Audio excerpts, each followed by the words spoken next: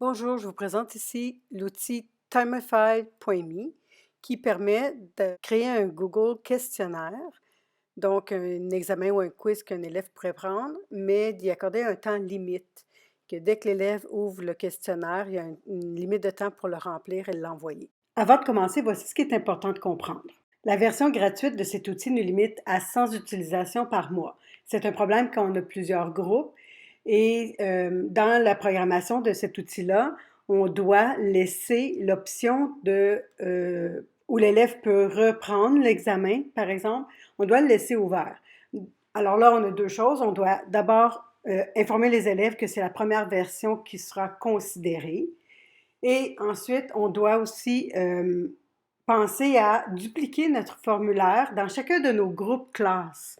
Dans les groupes où, par exemple, dans le 113 ART pour art à commercialcpnf.org, on en fait une copie de notre formulaire et on l'envoie dans chacun de nos groupes. Puis ensuite, on doit se faire un compte pour chacun de ces groupes-là dans Timify qui va être lié à nos formulaires. Je peux vous accompagner en un à un pour organiser ça si c'est pas assez clair ce que je suis en train de vous expliquer. Mais Timify est vraiment l'outil le mieux adapté à ce qu'on a besoin quand on veut donner une limite de temps à nos élèves pour répondre au questionnaire. Bon, je vais d'abord commencer par créer mon questionnaire en passant par mon compte. Puis pendant que je le remplis ici, que je lui attribue un titre et que je fais mes questions, je vais en profiter pour vous expliquer que Timify.me est limité à 100 envois ou 100 questionnaires par mois, ce qui cause un problème quand on a plusieurs groupes. Donc, ce que je vous proposerais, moi, de faire, ce serait d'aller créer un formulaire dans vos adresses de classe, c'est-à-dire, par exemple, le 113 art à commercial cpnf.org pour ce groupe-là. Comme ça, ben, je sais que j'ai plus d'espace au niveau, là, comme j'ai mes 30 élèves, mais j'ai 100 questionnaires que je peux envoyer dans la mesure où je voulais en faire plus qu'un par mois, ou même que, on va le voir un peu plus tard, que les élèves se reconnectent ou refassent l'examen par après. Ça utilise quand même là, des espaces parmi ces 100-là. Donc, on ne veut pas que quelqu'un n'ait pas le temps de faire l'examen parce qu'il y a quelqu'un d'autre qui a décidé de le faire 4 ou 5 fois, là. Donc, de passer par chacun vos adresses de classe, groupe, matière, ça éviterait de manquer d'espace pour vos examens. Donc, là, je suis en train de terminer de remplir mes questions et mes réponses. Je vais accélérer ça. Maintenant que mes questions sont choisies, je vais transformer mon formulaire en questionnaire et toute cette procédure est disponible dans un autre tutoriel, à savoir comment transformer un formulaire Google en questionnaire qui s'auto-corrige. Ce qui est important de noter ici, c'est qu'on ne peut pas limiter à une seule réponse par élève. Le processus avec Timify.me ne le permet pas. Donc, je ne peux pas, dans le général ici, je ne peux pas activer l'option limitée à une réponse par élève. Je vous conseille donc, dans ce cas-ci, d'informer vos élèves que lorsqu'ils prendront l'examen ou le quiz, que ce sera leur première réponse qui sera considérée dans les réponses que vous allez recevoir. Le reste des notions est aussi vu dans le tutoriel sur la création d'un questionnaire avec un Google Form. Une fois que j'ai terminé mon corrigé, je dois aller chercher l'extension Timify.me. Je vais donc dans mes options, dans les modules complémentaires et je recherche Timify.me. Je l'installe en suivant toutes ces étapes. Notez que ce module complémentaire est lié au compte. Donc, si vous décidez d'avoir un compte par classe, comme d'utiliser vos adresses de classe, à ce moment-là, il faudra aller l'ajouter à chacun de ces comptes-là pour les premières fois que vous allez utiliser cet outil-là. Ensuite, il va être associé au Google Form du Google de chacun de ces comptes. Puis, je me rends sur le site de timify.me pour créer mon compte avec l'adresse du cours ou mon adresse là, que je vais utiliser pour cet examen-là. Donc, je vais devoir faire ces étapes-là pour chacun des groupes, si je compte l'utiliser dans chacun de mes groupes et que je compte en avoir besoin pour plus que 100 applications, 100 examens par mois. Une fois mon compte créé, l'outil va me fournir un token, une espèce de lien sécurisé.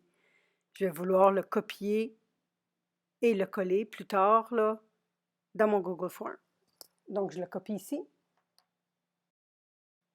Je reviens dans mon Google Formulaire. Je viens dans mon petit morceau de casse-tête. Je vois que le module est installé. Je le sélectionne. Je veux le configurer. J'ai une fenêtre qui s'ouvre à ma droite.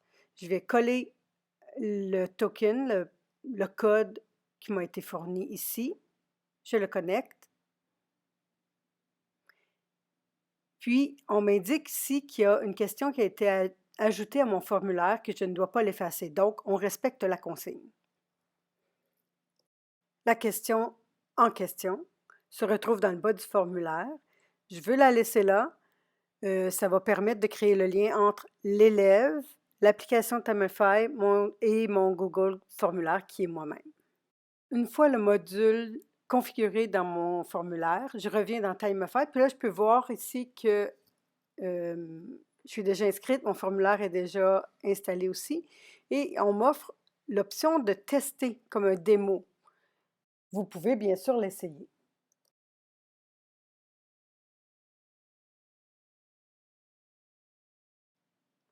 Après l'avoir testé, voici ce qui me semble le plus pertinent d'utiliser, c'est le lien public from link, c'est-à-dire qu'on va vous fournir un lien public que vous pouvez partager, mettons, dans un courriel au portail à toute une classe. Vous voulez éditer les paramètres, puis indiquer le temps que vous voulez. Donc, pour ce test-ci, je vais mettre 2 minutes. Si vous cochez Auto Close Form when time over, ça veut dire que l'élève ne pourra pas terminer son formulaire si il manque de temps. Et en n'activant pas cette case, l'élève pourra terminer son travail même si il voit qu'il est en surplus de temps, mais vous allez savoir combien de temps de plus il a pris pour terminer son questionnaire. Et j'ai déjà activé la remise de mes résultats à même mon formulaire. Donc, je n'ai pas besoin de le refaire ici. Et je sauvegarde. Je copie le lien. Je peux fermer ça, puis me diriger vers le portail. Pour l'exercice, je vais me l'envoyer à moi-même. Donc, je pourrais sélectionner toute la classe. Je sélectionne mes destinataires, j'indique là, toutes les informations qui sont pertinentes à ce travail-là. Je vais copier-coller le lien et le rendre actif. Et voici ce que mon premier élève, qui va pouvoir répondre à temps, va faire. Donc, il reçoit son courriel par le portail, il peut cliquer sur le lien. Ça lui ouvre une fenêtre et ça lui demande son adresse courriel. Donc, il va entrer son adresse courriel du collège. Il sera donc déjà identifié. Puis, il devra se diriger dans sa boîte de courriel pour authentifier son identité. J'ai reçu mon courriel. Donc, le premier élève, c'est M. Rollin. Je peux ici répondre au formulaire. On m'indique déjà que j'ai une limite de temps. Puis, je peux voir en haut le temps défilé. Je vais remplir mon questionnaire.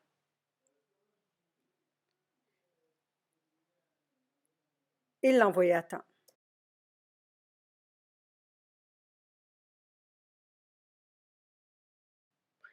Et quand je reviens dans mon compte Timify et que je rafraîchis la page, je peux voir que avec l'adresse courriel qui c'est et combien de temps la personne a pris pour y répondre. Et dans mon formulaire, je peux aller consulter les réponses de cet élève.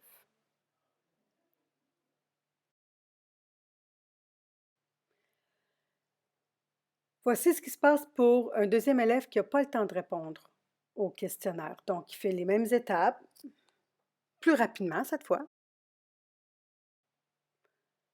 Donc, on peut voir que le temps défile et on pourra voir aussi que son anxiété pourrait augmenter quand il voit la barre devenir rouge Par contre, s'il sait qu'il peut continuer son travail, mais que le temps est compté, par exemple, il va peut-être être correct. Là, on peut voir que le temps est écoulé, puis là, il est en surplus de temps.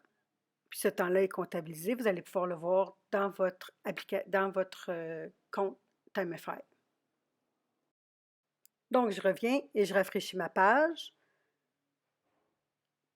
Et je peux voir que l'élève 111 a fini avec 3 minutes, en 3 minutes. Donc, il a pris plus de temps que ce qui était accordé. Le bémol dans l'application, c'est que dans TimeFi, je pouvais voir que je serais averti si l'élève sortait du formulaire. Je vais faire le test ici. Donc là, je suis l'élève 3, le troisième élève, qui va s'appeler 112 et qui va aussi aller très vite, mais qui va sortir du formulaire. Donc, Jules, de son petit nom, est en train de faire son quiz. Il va sortir du formulaire pour aller chercher des réponses ou des informations. Il va revenir. Il peut faire ça, je vais le faire 2 fois. Et je remplis mon formulaire, j'envoie ma réponse. Puis je vais revenir dans mon application, dans mon compte TimeFi, rafraîchir ma page. Puis je peux voir que cet élève-là a fini à temps, mais je peux voir aussi qu'il est resté en focus, comme les autres élèves. Quand c'est écrit Always in Focus, ça veut dire que l'élève est resté dans le formulaire. Mais là, je ne suis pas restée dans le formulaire. Donc, si ça, c'est quelque chose pour vous, ben, sachez que c'est le bémol. Je pense que ça ne fonctionne pas vraiment. Puis, comme d'habitude, dans mon formulaire, je peux consulter les réponses. Et une fois que tous mes élèves auront répondu, je peux leur publier les scores, comme je l'avais déjà préprogrammé, qui allait recevoir les scores une fois que tous les examens allaient être finis. Et pour publier les scores, c'est mon icône en bleu ici. Je m'assure que les adresses sont tous là. J'envoie les résultats. Puis ici, je viens vérifier que tout a bien fonctionné dans mes courriels. Donc là, je suis l'élève 112, Jules. Je peux voir que mon prof a publié les notes.